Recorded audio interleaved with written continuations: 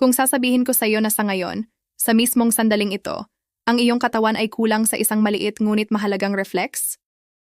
At kung wala ito, ang isang ordinaryong hakbang lamang ay maaaring magpadala sa iyo na bumagsak sa sahig, diretso sa emergency room, at posibleng baguhin ang iyong buhay magpakailanman. Hindi ito upang takutin ka. Ito ay upang gisingin ka.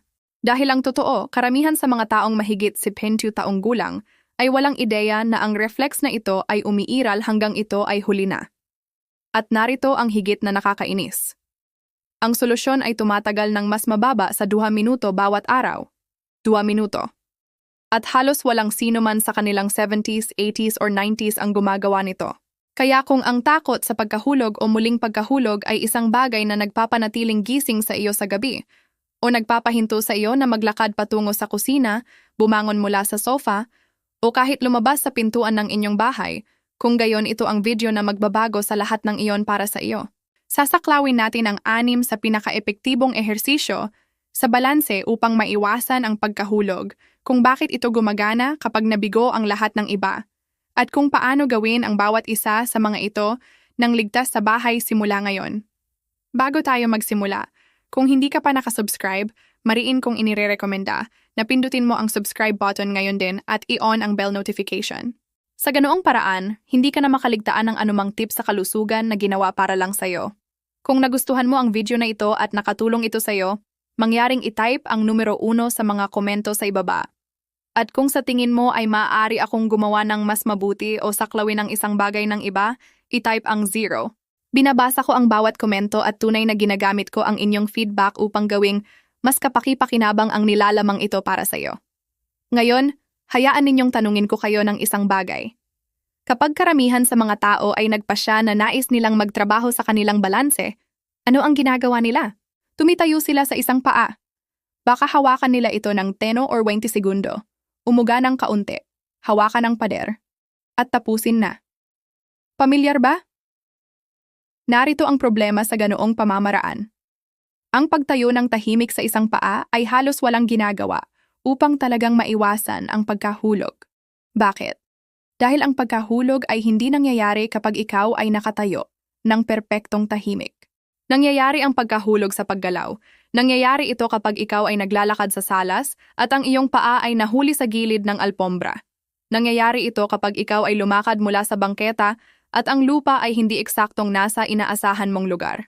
Nangyayari ito kapag ikaw ay naglipat ng timbang ng kaunti lamang ng masyadong malayo sa isang direksyon at ang iyong katawan ay hindi makapag-adjust ng mabilis. Kaya, kung talagang nais mong maiwasan ang pagkahulog, ang mga ehersisyo na iyong ginagawa ay dapat sanayin ng eksakto yon. Ang kakayahan ng iyong katawan na makilala kapag ito ay wala sa balanse at hilahin ang sarili pabalik sa gitna bago ka bumagsak. Iyon ang buong larong ito at bawat ehersisyo na ipapakita ko sa iyo ngayon ay ginagawa ng eksakto iyon. Bago tayo magsimula, nais kong maging malinaw. Kung sa anumang punto ang alinman sa mga ehersisyong ito ay magdulot sa iyo ng sakit sa iyong mga paa, bukong-bukong, tuhod, balakang, o kahit saan paman, mangyaring tumigil ka agad. Gumana lamang sa loob ng kung ano ang ligtas at komportable para sa iyong katawan. Kung mayroon kang anumang alalahanin tungkol sa iyong balanse o kamakailang pagkahulog, mangyaring makipag-usap sa iyong doktor o physical therapist bago subukan ang mga bagong ehersisyo. Laging magkaroon ng pader, upuan, o matibay na ibabaw na malapit para sa suporta. Hayaan mong ipaliwanag ko muna ang isang mahalagang bagay dahil ang pag-unawa dito ay ganap na magbabago sa paraan ng iyong pag-iisip tungkol sa sarili mong balanse. Isa sa pinakamahalaga, ngunit madalas na nakakaligtaang bahagi ng iyong katawan pagdating sa pag-iwas sa pagkahulog ay matatagpuan sa ibaba malapit sa lupa, sa iyong mga paa, at partikular sa iyong mga daliri ng paa. Kapag ikaw ay nagsimulang tumagilid pasulong o sumandal ng masyadong malayo sa anumang direksyon, ang mga kalamnan ng iyong paa ay dapat na kusang bumukas. Ang iyong mga daliri ng paa ay dinisenyo upang hawakan ang lupa, upang kumapit, at upang lumikha ng sapat na traksyon at lakas upang hilahin ang buong iyong katawan pabalik sa isang ligtas, balanseng posisyon. Iyon ang natural na fall prevention reflex ng iyong katawan. Ito ay built-in. Ipinanganak ka na kasama nito. Ngunit narito ang nangyayari sa paglipas ng mga dekada. Habang tayo ay tumatanda, Lalo na kung gumugugol tayo ng maraming oras sa malambot na sapatos, sa patag na sahig, at walang hamon sa ating mga paa at bukong-bukong sa makabuluhang paraan, unti-unti nating nawawala ang koneksyon sa mga maliliit ngunit napakahalagang kalamnan sa ating mga paa. Humihina ang mga kalamnan, ang mga nerbiyos ay nagiging hindi gaanong tumutugon, at ang reflex na iyon, ang dapat kusang bumukas kapag nawala ang balanse mo, ay nagsisimulang mawala. Ito ay parang sinusubukang buksan ang ilaw sa isang silid ng may putol na kable sa pader. I-flip mo ang switch, walang nangyayari. Nandyan pa rin ang kuryente, ngunit putol ang koneksyon. Ngayon, narito ang talagang magandang balita. Hindi tulad ng electrical circuit, maaari mong muling buuin ang koneksyong ito sa iyong katawan. Ang mga kalamnan ng paa at daliri ng paa ay mabilis at maaasahang tumutugon kapag mo ito sinasanay ng regular. Hindi nakalimutan ng iyong nervous system kung paano i-activate ang mga kalamnan na ito. Kailangan lang itong paalalahanan. Kailangan itong bigyan ng tamang uri ng hamon ng paulit-ulit upang muling magising. At iyon ang eksaktong gagawin ng 6 na ehersisyong ito. Mahalagang babala. Bago tayo pumasok sa alinman sa mga ehersisyong ito, kailangan kong huminto ka at basahin ito ng mabuti dahil ang iyong kaligtasan ang pinakamahalaga rito. At hindi ko mapapatawad ang sarili ko kung may masaktan sa pagsunod. Una, kung ikaw ay na-diagnose na may balance disorder, malubhang osteoporosis, Parkinson's disease, o anumang neurological condition na nakakaapekto sa iyong stability, mangyaring makipag-usap sa iyong doktor o lisensyadong physical therapist bago subukan ang alinman sa mga galaw na ito. Ang mga ehersisyong ito ay dinisenyo para sa pangkalahatang pag-iwas sa pagkahulog sa malusog na matatanda, at ang iyong sitwasyon ay maaaring mangailangan ng binagong o supervised na pamamaraan. Pangalawa, kung ikaw ay nagkaroon ng kamakailang pagkahulog, lalo na isa na nagresulta sa pinsala, huwag magsimula ng bagong ehersisyo ng walang medical clearance. Maaring patuloy pa ring naghihilom ang iyong katawan sa mga paraan na hindi mo maramdaman. At ang pagpupush ng masyadong maaga ay maaaring magpaatras ng malaki. Pangatlo, huwag kailanman gawin ang mga ehersisyong ito nang nakasocks sa matigas na sahig. Ang socks sa makinis na sahig ay isa sa pinakakaraniwang sanhi ng pagdulas sa bahay. Maghubad ng sapatos kung kaya mo. Ito ay talagang perpekto para sa pagsasanay sa balanse dahil ito ay nagpapalaki sa sensory feedback na nakukuha ng utak mo mula sa lupa. Kung hindi, magsuot ng sapatos na may non-slip na sole. Pang-apat, laging magkaroon ng anumang bagay na maabot bago ka magsimula. Isang pader, matibay na upuan, o countertop. Hindi dahil inaasahan mong mahulog, kundi dahil ang pagkakaroon ng safety net na iyon sa malapit ay nagbibigay daan sa iyo na magsanay ng may higit na kumpiyansa at mas kaunting tensyon na talagang ginagawang mas epektibo ang mga ehersisyo. At sa wakas, kung anumang galaw ay magdulot ng matinding sakit, pagkahilo o anumang hindi tama ang pakiramdam, tumigil ka agad. Huwag pilitin ang discomfort. Walang ehersisyo rito na sulit na ipagsapalaran ang pinsala. Gumana sa loob ng kung ano ang ligtas para sa iyong katawan. Umunlad sa sarili mong bilis. At simulan na natin.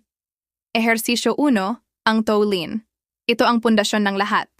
Ang pinakamahalagang galaw sa buong rutinan ito, ang toe lean ay direktang sinasanay ang fall prevention reflex na pinag-usapan natin.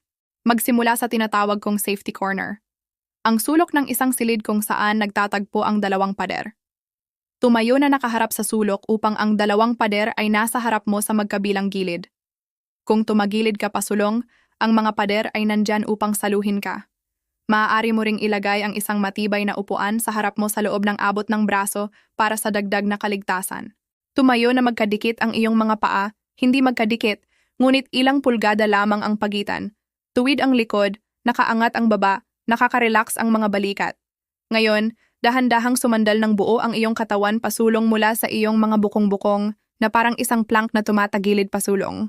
Huwag yumuko sa balakang, panatilihing tuwid ang lahat. Habang sumasandal ka, mararamdaman mo na ang iyong mga daliri ng paa ay nagsisimulang kumapit sa sahig. Kung ikaw ay hubad ng sapatos, mas malakas ang sensasyong ito, at iyon ang perpekto. Bago ka sumandal ng sapat na kailangan mong humakbang pasulong, hayaang hilahin ka ng mga daliri ng paa pabalik sa gitna. Iyon ang isang rep. Gawin ang 10 ng sunod-sunod. Balikan at ulitin ito ng 3 hanggang 4 na beses sa buong araw. Kapag naging madali na ito, hawakan ng isang magaan na timbang, kahit 2 o 3 pounds. na nakayuko sa iyong dibdib upang gawing mas matindi ang trabaho ng iyong mga daliri ng paa. Ang progresibong hamon na ito ang muling bubuo sa reflex ng mas mabilis. Ehersisyo 2, weight shifting side to side. Karamihan sa pagkahulog ay hindi lamang pasulong. Nangyayari rin ito kapag inilipat natin ang timbang sa gilid, umaabot sa isang bagay, humakbang sa gilid, o lumilingon.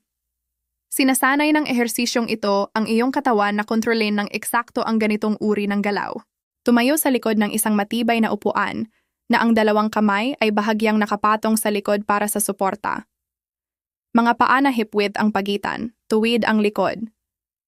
Dahan-dahang ilipat ang timbang sa iyong kanang paa. Iangat ng bahagya ang kaliwang paa mula sa sahig, halos 1 pulgada lamang. Hawakan ng 3 segundo. Pagkatapos ay dahan-dahang bumalik sa gitna at lumipat sa kaliwang paa, iangat ng bahagya ang kanang paa. Hawakan ng 3 segundo sa gilid na iyon. Iyon ang isang buong pag-uulit. Gawin ang shino pag-uulit sa bawat gilid. Ang susi rito ay gumalaw ng dahan-dahan at may buong kontrol. Hindi ka lamang nagbabalanse. Tinuturuan mo ang iyong mga balakang, bukong-bukong, at core na makipag-usap sa isa't isa sa real time. Habang lumalakas ka, subukang gawin ito gamit lamang ang isang daliri sa upuan sa halip ng buong kamay. Sa huli, ang layunin ay gawin ito ng walang suporta. Ehersisyo 3, heel to toe walk. Ginagaya ng isa na ito ang eksaktong uri ng paglalakad na madalas nakakapagpahulog sa mga tao. Makitid na daan, pasilyo, maingat na paghakbang sa paligid ng mga bagay. Ito ay minsan tinatawag na tandem walk at isa ito sa pinakamahusay na paraan upang sanayin ang dynamic balance, na ang iyong balanse habang ikaw ay talagang gumagalaw. Maghanap ng pasilyo o malinaw na espasyo sa tabi ng pader. Ilagay ang isang kamay sa pader kung kailangan mo ng suporta sa simula. Ilagay ang iyong kanang paa diretso sa harap ng iyong kaliwang paa upang ang takong ng iyong kanang paa ay humahawak o halos humahawak sa mga daliri ng iyong kaliwang paa. Pagkatapos ay dalhin ang iyong kaliwang paa pasulong sa parehong paraan. Takong sa daliri sa isang perpektong tuwid na linya. Humakbang ng test pasulong ng ganito. Pagkatapos ay lumingon ng maingat at humakbang ng test pabalik. Iyon ang isang set. Gawin ang 2 set. Tumutok sa pagtingin ng diretso sa unahan, hindi pababa sa iyong mga paa. Dahil sa totoong buhay, kailangan ng iyong sistema ng balanse na gumana habang nakatuon ang iyong mga mata sa pupuntahan mo, hindi sa kung saan nakalalapag ang iyong mga paa. Ito ay mas mahirap kaysa sa tunog nito at iyon ang punto. Ehersisyo 4, standing marches. Kapag ikaw ay natisod sa isang bagay, alpombra, hakbang, bitak sa bangketa, kailangan ng iyong katawan na iangat ang iyong paa ng mabilis at mataas upang maklear ang hadlang. Kung mahina ang iyong hip flexors at mabagal ang iyong lifting reflex, iyon ang oras na ang pagkadapa ay nagiging pagkahulog. Direktang tinatarget ng standing marches ito. Tumayo ng tuwid sa likod ng iyong upuan, mga kamay na bahagyang nakapatong sa likod para sa suporta. Dahan-dahang iangat ang iyong kanang tuhod pataas patungo sa iyong dibdib ng kasing taas na komportable mo nang hindi sumasandal ang iyong itaas na katawan pabalik, hawakan ng 2 segundo sa itaas. Pagkatapos ay ibaba ito ng dahan-dahan pabalik sa sahig, ulitin sa kaliwang gilid, iyon ang isang rep, gawin ang besi pag-uulit sa bawat gilid. Dapat mabagal at kontrolado ang galaw sa pataas at pababa. Huwag magmadali. Ang pagbaba ay kasing halaga ng pag-angat dahil ito ay nagbubuo ng eccentric muscle control na nagpapanatiling matatag sa iyo kapag ang iyong paa ay bumalik sa sahig. Habang nagiging mas madali ito, subukang gawin ito ng walang paghawak sa upuan, mga braso na nakabuka sa mga gilid para sa balanse sa halip. Ehersisyo 5. Clock reaches. Ang ehersisyong ito ay isa sa pinakamahusay para sa pagsasanay ng tinatawag na multidirectional balance. Ang iyong kakayahang umabot, mag-unat at gumalaw sa iba't ibang direksyon nang hindi nawawalan ng footing. Isipin ang lahat ng beses sa isang araw na umaabot ka sa isang bagay. Ang pinakamataas na istante, ang kape, isang apo. Bawat sandaling iyon ay hamon sa balanse. Tumayo sa likod ng iyong upuan na ang iyong kanang kamay ay bahagyang nakapatong sa likod. Isipin na ikaw ay nakatayo sa gitna ng mukha ng orasan sa sahig. Dahan-dahang iunat ang iyong kaliwang binti pasulong sa dowa base. Bahagyang tapikin ang iyong mga daliri sa sahig. Bumalik sa gitna. Ngayon umabot sa 9 measure diretso sa kaliwang gilid. Bumalik. Ngayon umabot pabalik sa 0 sa likod mo at bahagyang sa kaliwa. Bumalik. Iyon ang isang round. Gawin ang 3 round sa kaliwang binte. Pagkatapos ay lumipat. Hawakan ang upuan sa iyong kaliwang kamay at gamitin ang iyong kanang binti upang umabot sa 12 and stud 3 at paing tawana. Panatilihing bahagyang nakayuko ang iyong nakatayong binti sa buong panahon at tuwid ang likod. Ang ehersisyong ito ay nagbubuo ng single leg stability, lakas ng balakang, at control sa bukong-bukong na pumipigil sa sideways falls ng sabay. Ehersisyo 6, sit to stand ng walang paggamit ng mga kamay. Nagulat ang isa na ito sa maraming tao. Ang pagbangon mula sa upuan ay isa sa pinakamataas na risk moments para sa pagkahulog para sa sinumang mahigit 70. Ngunit karamihan sa mga tao ay hindi kailanman partikular na nagsasanay dito. Ginagawa ng ehersisyong ito ang double duty. Ito ay nagbubuo ng lakas ng binti at sinasanay ang iyong balanse ng sabay, na ginagawa itong isa sa pinakapraktikal na bagay na maaari mong gawin upang manatiling ligtas sa pang-araw-araw na buhay. Umupo malapit sa harap na gilid ng isang matibay na upuan na patag ang iyong mga paa sa sahig na humigit kumulang hip width ang pagitan. I-cross ang iyong mga braso sa iyong dibdib. Inaalis nito ang tukso na itulak gamit ang mga kamay. Bahagyang sumandal ang iyong itaas na katawan pasulong mula sa balakang, ilong sa ibabaw ng mga daliri ng paa, at pagkatapos ay itulak sa pamamagitan ng iyong mga takong upang tumayo ng dahan-dahan at may kontrol. Kapag ikaw ay ganap na nakatayo, huminto ng 2 segundo, pagkatapos ay dahan-dahang ibaba ang iyong sarili pabalik sa pagupo. Huwag mahulog sa upuan. Kontrolin ang buong pababang galaw. Iyon ang isang rep. Magsimula sa 8 pag-uulit. Kung masyadong mahirap ito ng walang paggamit ng mga kamay sa simula, ganap na okay iyon. Ilagay ang iyong mga kamay sa iyong mga hita para sa magaan na tulong at unti-unting gamitin ang mga ito ng mas kaunti sa paglipas ng panahon. Ang layunin ay sa huli ay bumangon at umupo ng may buong kontrol at walang suporta sa braso. Ngayon, ang pinakamahusay na paraan upang gamitin ang lahat ng 6 na ehersisyong ito ay sa pamamagitan ng tinatawag kong balance exercise snacks. Mga maikling pagsabog ng pagsasanay, 32 hanggang 60 segundo bawat isa, na ikinakalat sa buong araw sa halip na gawin ng sabay-sabay. Gawin ang toe lean habang nagbubrew ang iyong kape. Gawin ang weight shifts sa commercial break. Gawin ang sit to stands bago ang tanghalian. Gawin ang standing marches habang naghihintay ka sa microwave. Ito ay akma sa totoong buhay sa paraang hindi kailanman magagawa ng mahabang sesyon sa gym. At malakas na sinusuportahan ng pananaliksik ang ganitong distributed approach para sa muling pagbubuo ng balanse at koordinasyon sa matatanda. Ang maliliit na dosis na inuulit ng regular sa buong araw ay nagpapadala ng makapangyarihang signal sa iyong nervous system at tumutugon ang iyong katawan. Hindi mo kailangang gawin ang lahat ng 6 na ehersisyo araw-araw mula pa sa simula. Masyadong nakakabigla iyon at ayaw kong mapagod ka sa unang linggo at sumuko. Sa halip, tingnan ito bilang unti-unting pag-unlad. Magsimula lamang sa toe lean at side-to-side weight shifts. Sanayin ang 2 iyon hanggang natural na ang pakiramdam, hanggang hindi ka na umaabot sa pader, at hanggang talagang matatag ang pakiramdam mo. Maaaring tumagal iyon ng ilang araw. Maaaring 1 linggo o 2. Alinman ay ganap na okay. Kapag naging matatag na ang mga iyon, idagdag ang heel-to-toe walk, pagkatapos ang standing marches, pagkatapos ang clock reaches, pagkatapos ang sit-to-stands. Magdagdag ng humigit kumulang 1 bagong ehersisyo bawat linggo sa anumang bilis na handa ang iyong katawan. Sa pagtatapos ng 6 na linggo, magkakaroon ka ng kompletong pang-araw-araw na balanse, na rutina na tumatagal ng mas mababa sa 9 minuto sa kabuuan, at magiging mas malakas, mas matatag, at mas kumpiyanti ka sa iyong mga paa kaysa sa nakaraang mga taon. At mangyaring huwag laktawan ang mga ehersisyong ito sa mga araw na maganda ang pakiramdam mo. Alam kong nakakatukso. Kapag matatag ang pakiramdam mo, madaling isipin na hindi mo na kailangang abalahin ngayon. Ngunit ang mga araw na iyon talaga ang pinakamahalaga sa lahat.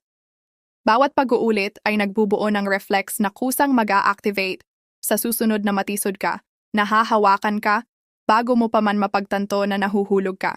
Ginagawa mo ang trabaho ngayon upang maprotektahan ka ng iyong katawan sa paglaon sa split second na pinakamahalaga. Iyon ang buong punto ng lahat ng sakop natin ngayon. Hindi lamang ito tungkol sa pag-iwas sa pagkahulog.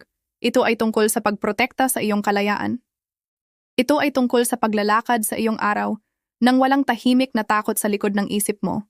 Ito ay tungkol sa pag-abot sa mga bagay paghakbang palabas at pamumuhay ng buo sa sarili mong mga tuntunin sa sarili mong tahanan hanggat maaari. Ngayon, ang balanse ay kalahati lamang ng fall prevention equation.